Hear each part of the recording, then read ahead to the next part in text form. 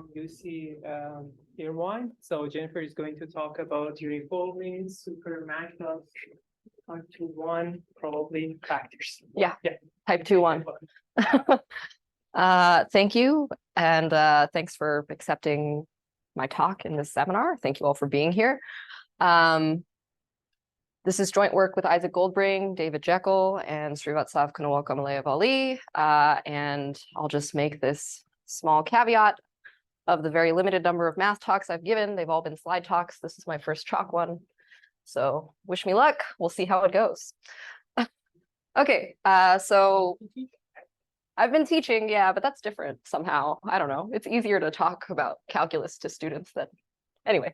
Okay, so I've got this title of which probably the only words that make sense are uniform and factor. Don't worry, we'll do the rest in a little bit. I'm going to start with a little bit of just general situating myself, general motivation. So kind of the overarching research program is like one, how do we tell II1 factors apart? And in particular, up to something called elementary equivalence. And kind of the other side of this, or basically the same question, is what properties of II1 factors are axiomatizable.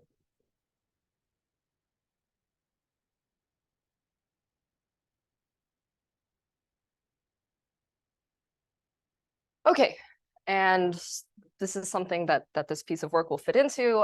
For those who are not model theorists, I have to tell you what elementary equivalence means. So that'll be my first task definition. So we say II1 factors, M and N, are elementarily equivalent, which I will start writing EE. If there's some stuff down here, if they satisfy the same first order theory. First order sentences, okay, that probably is not very helpful. I'll give a slightly more understandable version of this here. Okay, so that was not. So there's a equivalent formulation called Kiesler, or by Kiesler-Shaw in the classical model theory case. And it just says that this thing happens. I forgot to set notation for this.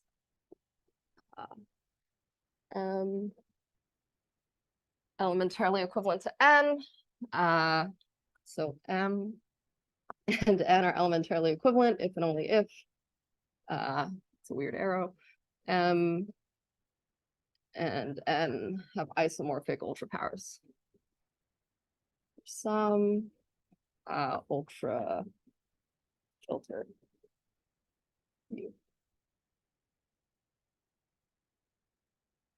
Okay, so that's kind of where we're going today. I'll talk about this property, uniform super McDuffness, and it'll, yeah. Doesn't necessarily have to be the same. You could allow two different ones, but I think, okay, probably something about the continuum hypothesis tells you that you can just take the same one. Like if there exist two different ones, you can also find one that's, yeah. Okay. You can't assert it's true for all, of course. Yeah. Other questions? Okay. So what's the main tool for doing this program, distinguishing? Sorry? It's not going to be important for the purposes of my talk. There's some appropriate language and logic where you can write things down and talk about, like, specifically this is a first order thing, and I'm saying if these two objects agree on all of those, then they're elementarily equivalent. It won't be important what precisely these are for the talk, so you can just think of it as isomorphic ultrapowers. Yeah. Okay, so a bit of history and also an introduction of the main tool that we'll use is looking at central sequence algebras.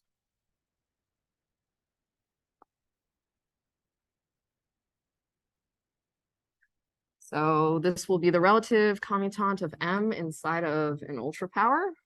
If you don't like ultra powers, then the central sequence algebra is also the set of all sequences xn M, such that what happens, the commutant of xn with any element of M in the II norm, I forgot to say these are all tracial. Well, they're type II1 factors, so they have a unique trace. This thing goes to 0 as n goes to infinity for all y in M. Okay, so central sequence algebras have historically been used to distinguish II1 factors. The obvious example, or maybe the oldest example, is telling apart the hyperfinite II1 factor and the free group factor on two generators.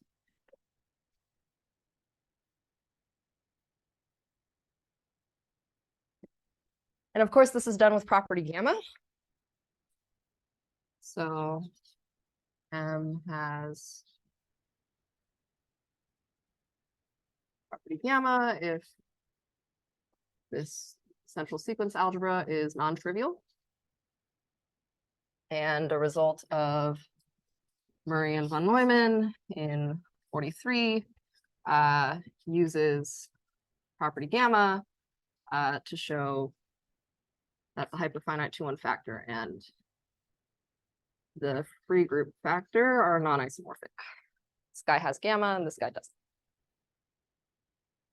Okay, so this says two things are not isomorphic. I'm talking about distinguishing things up to elementary equivalence. And a result of Farrell-Hart and Sherman in 2014 shows that gamma is axiomatizable.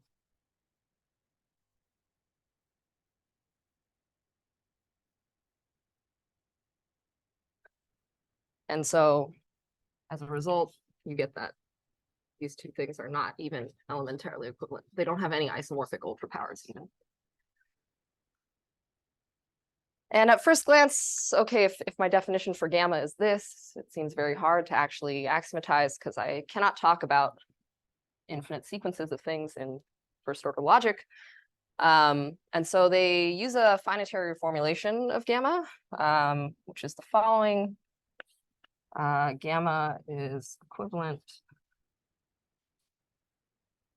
to, for every finite subset of M, and I'll just say the unit ball of M, M1, finite, and epsilon, there exists a unitary, and I'll do this normal U, not script U. There exists a unitary with trace 0 that epsilon commutes with everything in F. So U.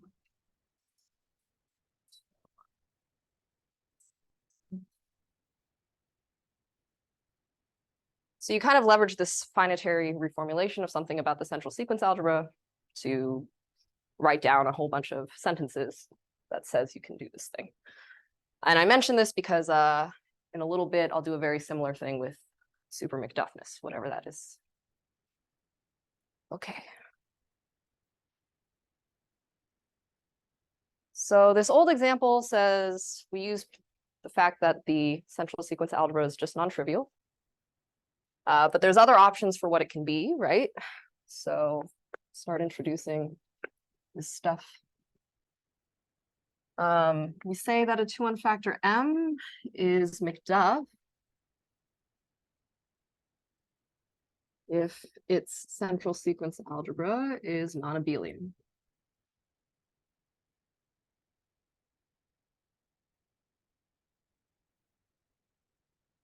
So not just non-trivial, but big enough to contain some copy of the matrices or something like that. And let me make sure I have the right reference. Okay, yeah. And Boutonnet, Yonats Kifan, and Adrian Ioana in, I think this is 17, showed that McDuff's original examples from her 69 paper are all pairwise non-elementarily equivalent. So McDuff's examples are all not elementarily equivalent. And this was the first example of continuum many different theories of II1 factors. Yeah. So you know that there's no paradigm, no one-dimensional. How do you show that?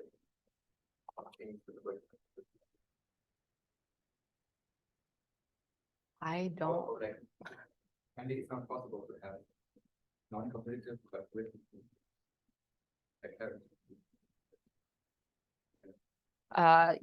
So for those on, okay, yeah, for those on Zoom, the question was, it seems like if this thing is not abelian, then you can't have any non-trivial characters. I'm not familiar enough with.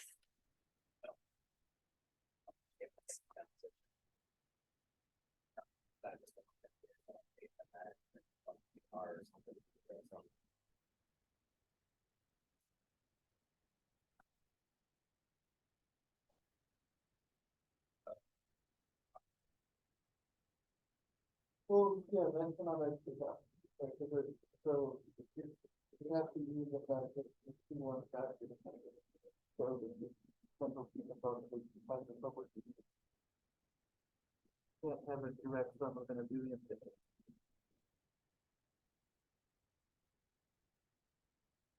I see. Okay. I don't know if this was helpful, but yeah, there's something that says, okay, whenever M is a II1 factor, this ultra power is a II1 factor, it's relative commutant. That, yeah. So you can't have some abelian summand with some non-abelian thing. Okay. Thanks. The corresponding different parts. Okay, all right. Yeah. Yeah, I'm like, it would just be a different ultra power, and then I just don't know anything. Okay, so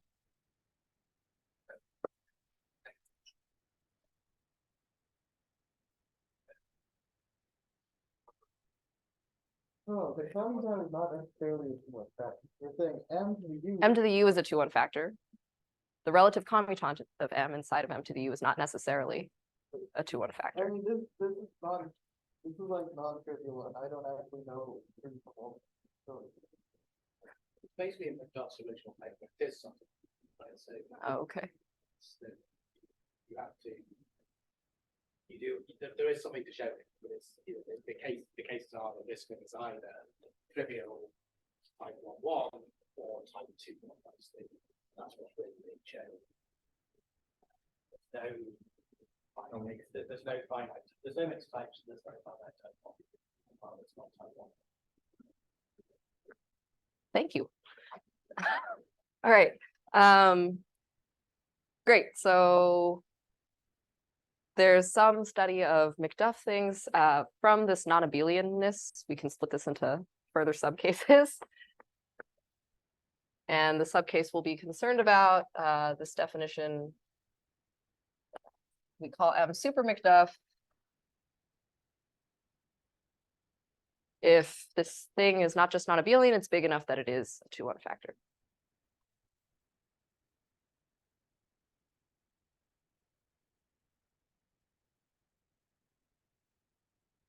And this definition comes out of a paper of Scott Atkinson, Isaac Goldbring, and Sri, I think 22. Okay, so we'll consider this particular case, and the overarching question, I guess, is can you axiomatize super McDuffness? and I'm going to abbreviate super McDuff property this way. Is the super McDuff property axiomatizable?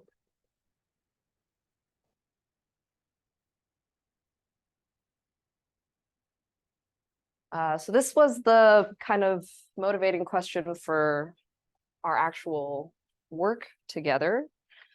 And we basically want to do something similar to this. We want to make some finitary version of this central sequence algebra being a 2-1 factor, and then say like, okay, I can't actually write down sentences for this. So we'll leverage the following fact. Just general fact about tracial von Neumann algebras. So fact, let M be a tracial von Neumann algebra. M is a factor if and only if for any pair of projections of the same trace.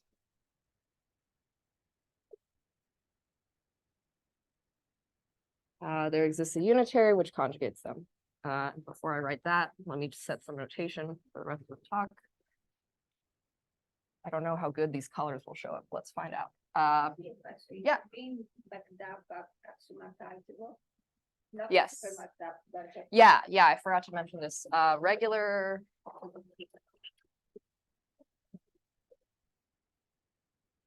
McDuffness forms an axiomatizable class. So is an elementary, and this is the same for Hart and Sherman model theory of operator algebras 3 paper.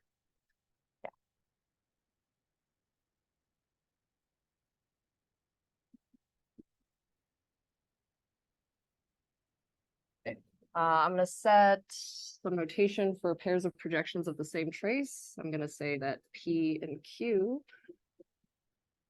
and curly P sub 2M. So this just means pairs of projections which have the same trace. Okay, so for any pair of projections of the same trace, there exists a unitary which conjugates them. U, P, U star is Q. Okay, so now I want to use this fact to talk about when the commutant of M inside of an ultra power is a 2-1 factor. So things get a little complicated. So this definition is going to be M is, I guess this is a theorem. I gave you the definition for super McDuff above. So finitary reformulation of super McDuffness. So M is super McDuff, if and only if. And I'm going to leave some space up above for me to write because it's going to be a bit of a long condition. I want to say something about for every pair of projections of the same trace in the commutant in an ultra power, there exists some trace 0 unitary. So how do I capture in a finitary way that these projections live in this central sequence algebra? I'll need some finite set G. So I promise this definition will look complete at the end, but for now it'll be a little crazy. So some finite set G, some delta, so that P and Q delta commute with everything in G. So XP. So my projections have to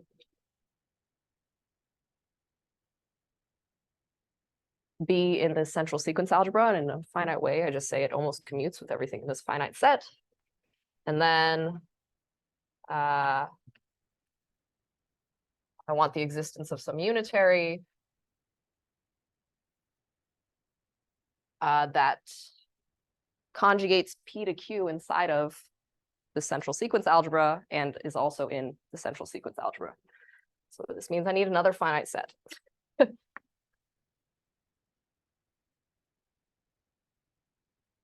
And another tolerance epsilon to say that U almost commutes with everything in X, in F. less than epsilon, and then U almost conjugates P to Q. Okay, and I'm missing some quantifiers. I'm going to start with a finite F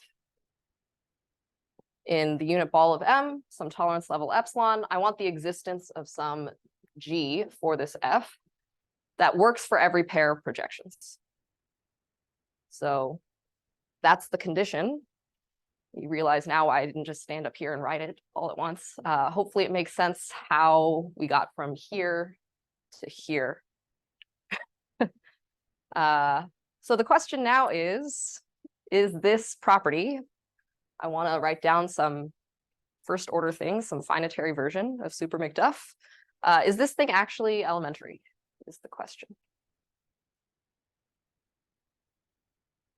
And if you just think about it a little bit, there's a bit of a problem in which maybe I fix some finite F and some epsilon, and then I have some sequence of algebras for which this is always satisfied, but the size of G is getting really big. So size of G is going to infinity, and also like this delta is also unbounded, right? Maybe I have some sequence of algebras where that happens. Sorry, yeah.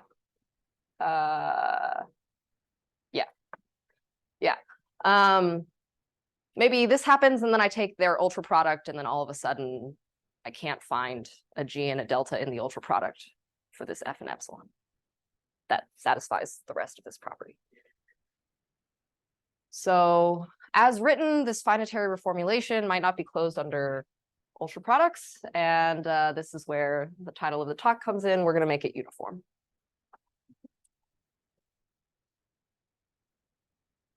All right. Maybe I'll just write right under this. So definition, we say M is uniformly super McDuff if a uniform version of this holds. So when I say uniform, I mean for every n, which is going to be the size of F, there exists a uniform M, which is going to be the size of G, such that, okay, if F is contained in the unit ball of M, size of F less than or equal to n, there exists G, size of G at most M, and then I replace epsilon with 1 over n and delta with 1 over m. So for all pairs of projections, the same trace in M, satisfying that I almost commute with everything in G up to 1 over m. There exists unitary. So that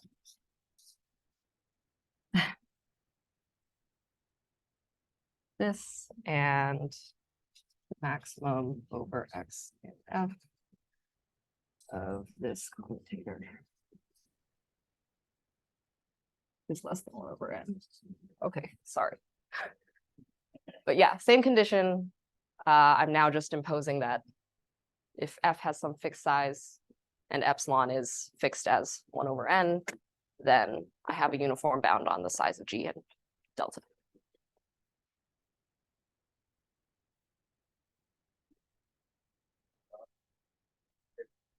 Yeah. So caveat, okay.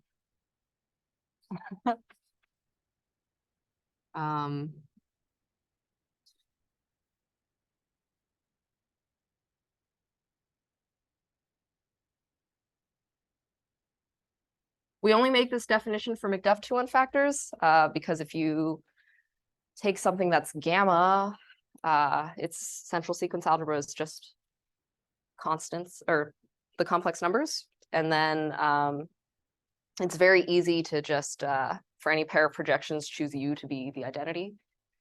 And this uniform condition works if M is gamma. So we want to get rid of that. So just fix M already McDuff.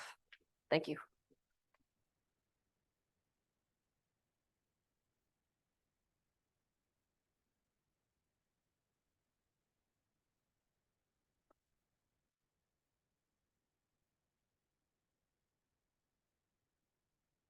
But here, I'm not having it all in party.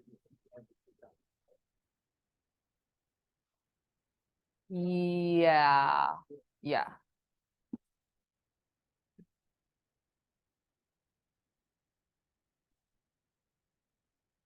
Okay, and then if this uniform thing wasn't axiomatizable, I wouldn't have been setting up the talk this way. So main theorem of the paper is okay, let M be, actually don't know if you need McDuff for this, but I'll write it for now. McDuff II1 factor. And then the following are equivalent. And there's this big laundry list in the paper. One is M is uniformly super McDuff. Two is this is closed under elementary equivalence. So all N, which are elementarily equivalent to M, are uniformly super McDuff. A third thing is that actually you can get rid of uniformly here. If everyone elementarily equivalent to you is super McDuff, you're automatically uniformly super McDuff. And the third thing is, okay, the same thing as above, except you restrict to separable. Then.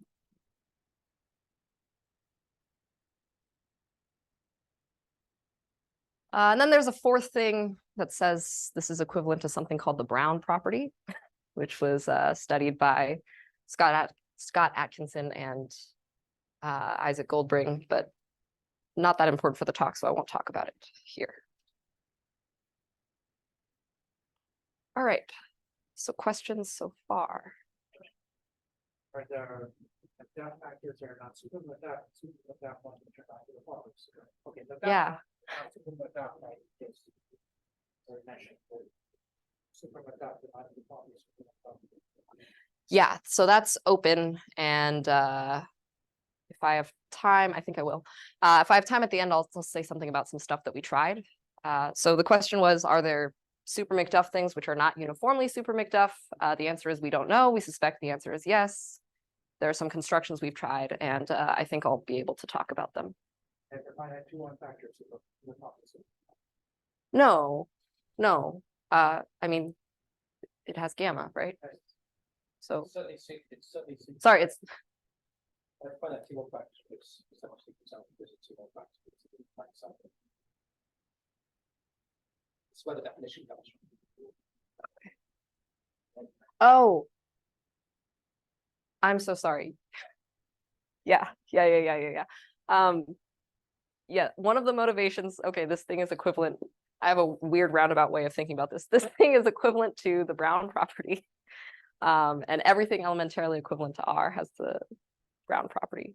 And for some reason, that's how I think about this, Yeah, but please. I think it's to be tested. I mean, this is a sort of just of what happens if you approximate the N by N matrix. So take it to the composition of R, and if you approximate the first matrix factor, you'll essentially be in the 1/10 of log, that's a factor, and that's how it works. You find this prove that exactly. It's just there how it's average over the finite dimensional.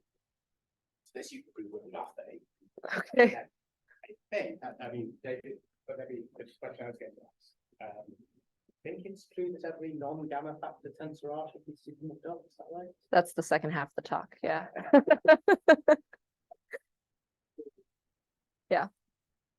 The same proof is proof that R is.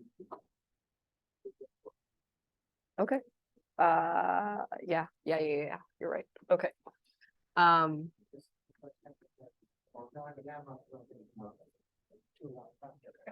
I think so. I that much.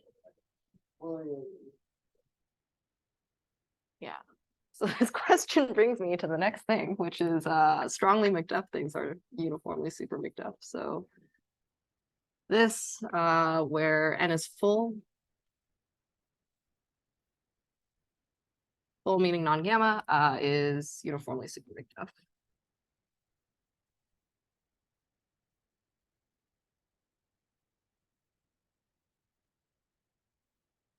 Okay.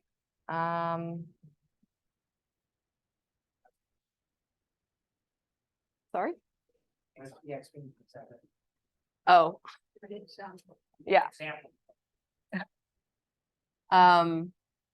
Okay, the key for this proof is some spectral gap property. Do I have space to write it down here? Probably not.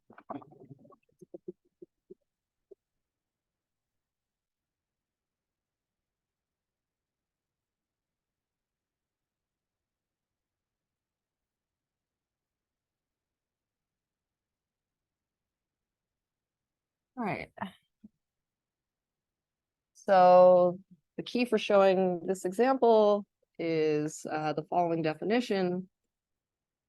We say that M has, all right, it's gonna be gross, FC limit spectral gap property.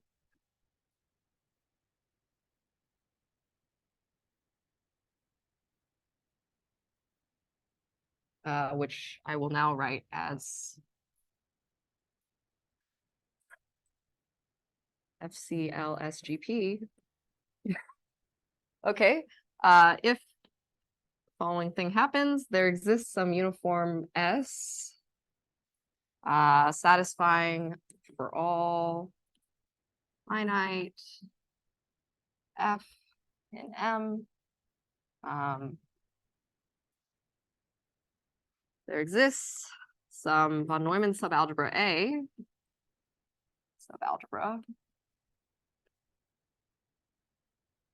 satisfying the following, which I'll write on the next board. The first is that A has factorial commutant in M.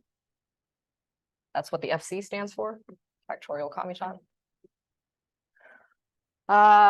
Two, the spectral gap number of A in M is bounded by S. And three, F is epsilon contained in A. Where here, I mean, every element of this finite set is epsilon close to something in A. It's 2 more. In the two norm, yeah. What do you mean by SVG? Yeah, so, okay. Further definition underneath my definition. I didn't hear you. Oh, spectral gap number of A and M. So smallest constant such that when you look at vectors in L2 of M, they're bounded above by commutators with things in a finite set of size at most, this number. I can write down the definition if anyone wants to see it, but it's not that important for the remainder.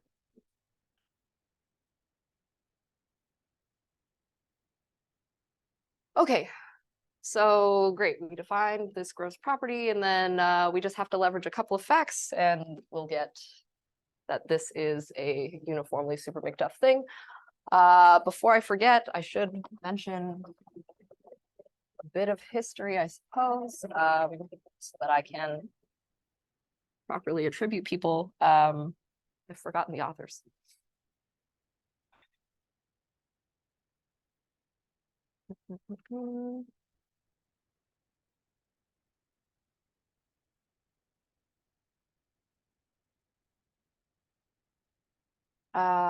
Okay, someone will have to correct me, but I'm pretty sure this is Kifan, Jumbe, Joanna. Don't remember the year. Showed that these things are always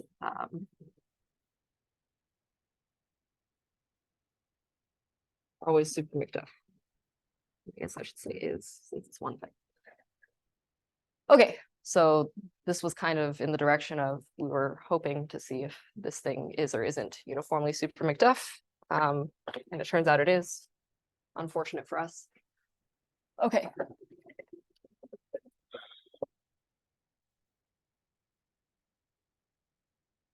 You also need that is full. Yes. Yeah. Same situation. This guy's full.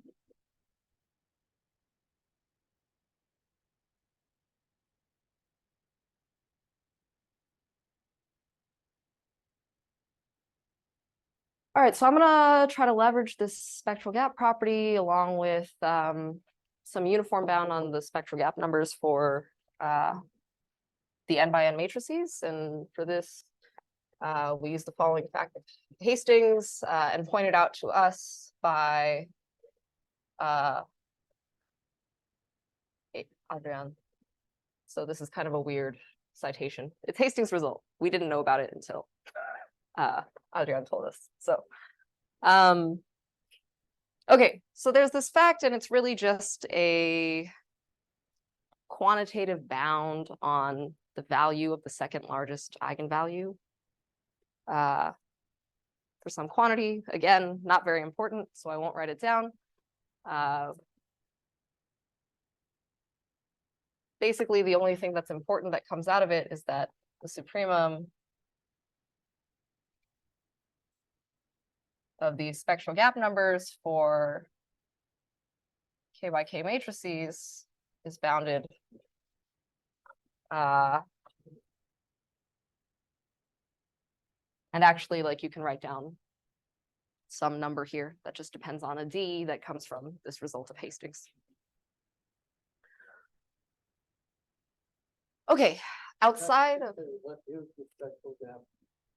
yeah, I offered to do this, but then I can't. No, if you want me to.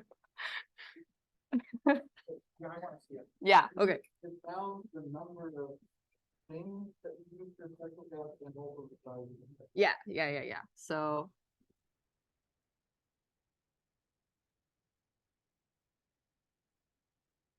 it's the smallest constant c greater than 0 such that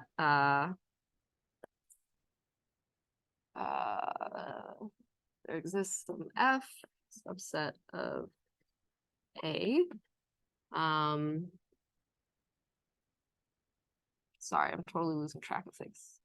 Size of F less than or equal to this C, and it satisfies for every C in L2 of M. The two norm distance from C to the conditional expectation onto the commutant of A and M of C is at most C times the sum over X and F of the two norm squared of the commutators of X with, sorry.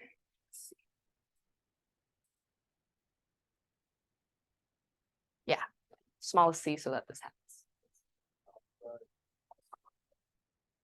Yeah. Okay, thank you.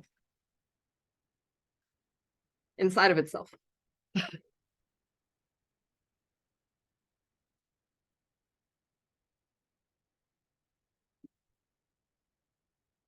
All right, let me know if I have other omissions.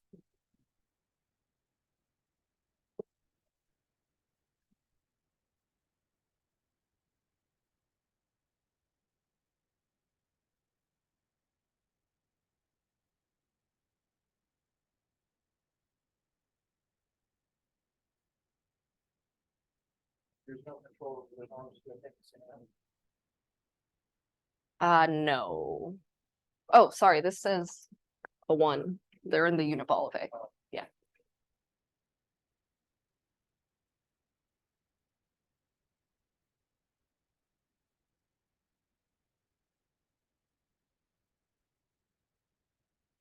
Okay. So then there's two really natural lemmas, propositions, whatever, that fall out of this. So the first one is if M is a McDuff II1 factor, and satisfies this factorial commutant limit spectral gap property, what a mouthful, then it is uniformly super McDuff.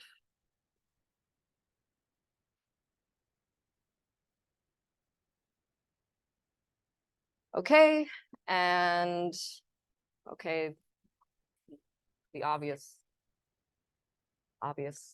theorem is then that n tensor R, again, n is full, satisfies the spectral gap property. FCLSGP. Okay, and I'll just prove this using some, well, this corollary and then some basic facts about spectral gap number.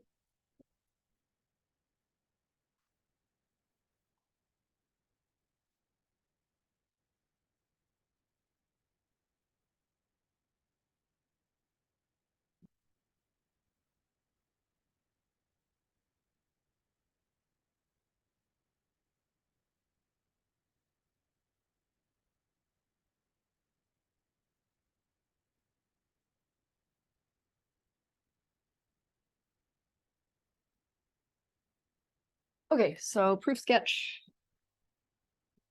of this theorem. Is it gonna fit on here? Yeah. Okay. Two facts that I need for this proof sketch that I'll put down here.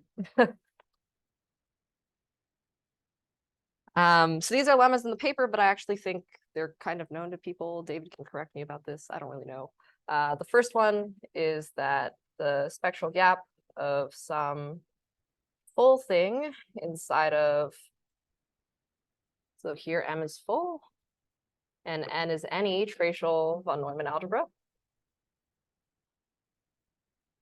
This is bounded above by the spectral gap of just the left-hand side.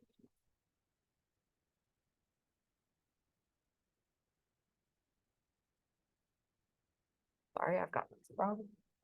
M inside of itself. No, the first thing I wrote was right. Yeah, I'm like, there's no way. Okay, M tensor N inside of itself. And the second thing is a subadditivity.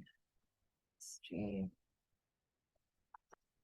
M1 tensor M2 is at most the spectral gap of M1 plus the spectral gap number of M2.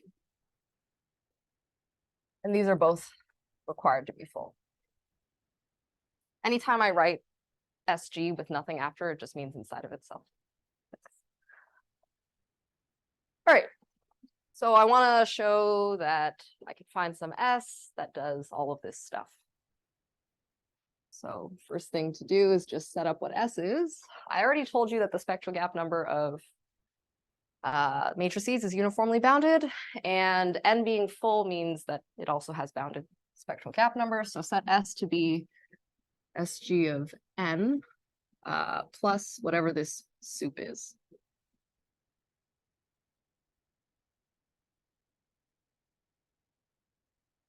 Okay, then I want to start with some finite F, and I didn't write this epsilon. So let F be some finite subset of M. And epsilon be bigger than 0. I have to find some subalgebra A that does all the stuff that I want.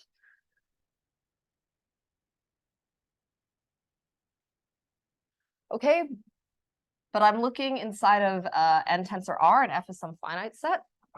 So there is some K large enough so that F is epsilon contained in N tensor. I'm just going to break off some big matrix algebra and then rewrite the hyperfinite II1 factor as another copy of itself.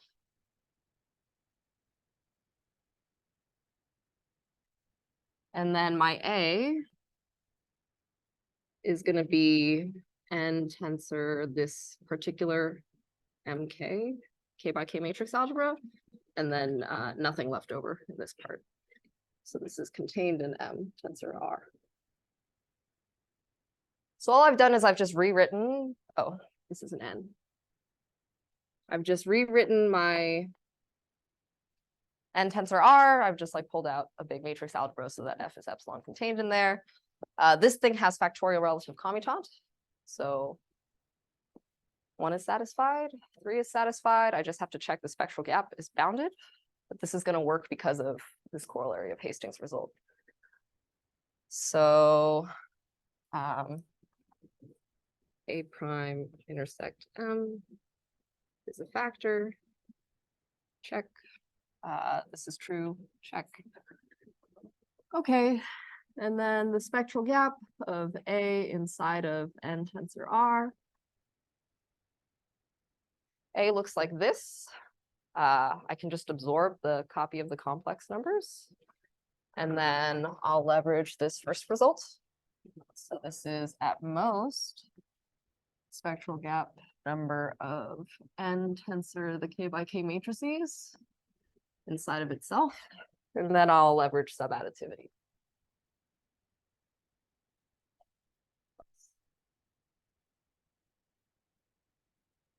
And based on the way that I chose S, I'm happy.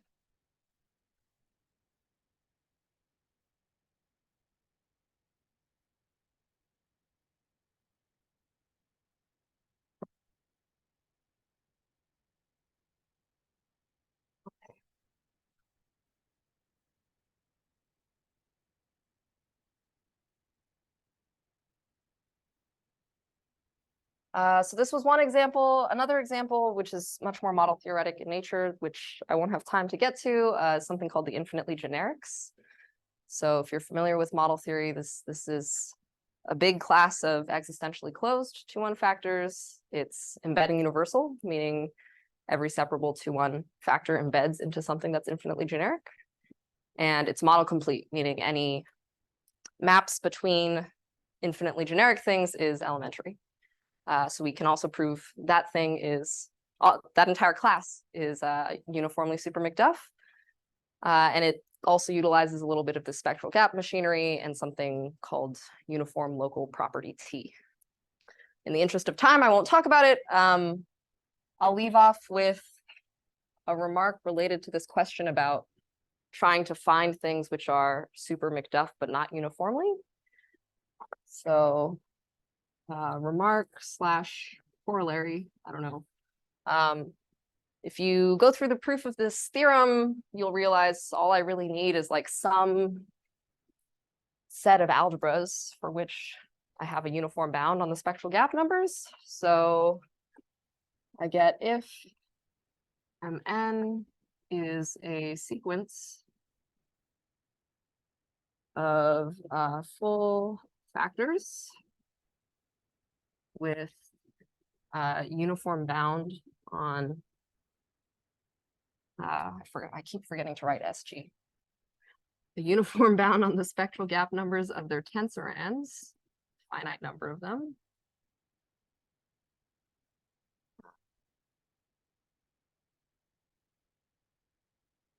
If I have this uniform bound, then the infinite tensor product is uniformly super McDuff. And prior to finding this result in this proof sketch, we spent a couple of months trying to come up with like sequences of things with unbounded spectral gap numbers and I don't know, just like infinite tensor products of full things that would not be uniformly super McDuff, but it never panned out. I don't know. So the obvious open question, are there super McDuff II1 factors that are not uniformly super McDuff? Not not uniformly super McDuff. Okay, and I think I'll just stop there.